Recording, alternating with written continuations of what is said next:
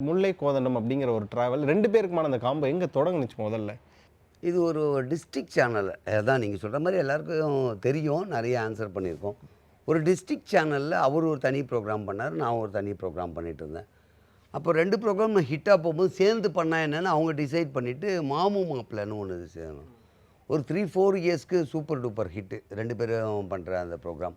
அதுல ஜாயின் பண்ணது, அதுலேருந்து கன்டின்யூ ஆயிட்டு இருக்கு. அதுக்கப்புறம் நெறைய சேனல்ஸ் பண்ணியிருக்கோம். இப்போ மூவில பண்ணியிருக்கோம். அதுலேருந்து சேர்ந்து பண்ணுறது தான். என்ன ஒண்ணு அவனுக்கும் ஒரு வருத்தம் இருக்கு. எனக்கும் ஒரு பெரிய வருத்தம் அன்னையிலேருந்து. அப்பவே ஒரு நல்ல பொண்ணா இருந்ததுதா?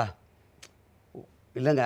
ஒரு யாரு நல்ல பொண்ணா இருந்தா? ஆம்பையர் ஒருத்தர் அந்த ஓகே. மாரி ஓ! இருந்திருந்தா அப்படி. நமக்கு பேரும் ஆ. அவனுக்கு ஒரு பெண்ணோ அல்லது எனக்கு ஒரு பெண்ணோ வந்தா இன்னும் கொஞ்சம் நல்லா இருந்திருக்கும். 2ம் ஆணா இருக்கோமா, ஆமா. பல்ல கடிச்சிட்டு பண்றோம். ஆனா அதுதான் ஒரு பெரிய ஹிட். இதுவரையிலும் எங்களுக்கு ஈகோ கிளாஷும் வரல.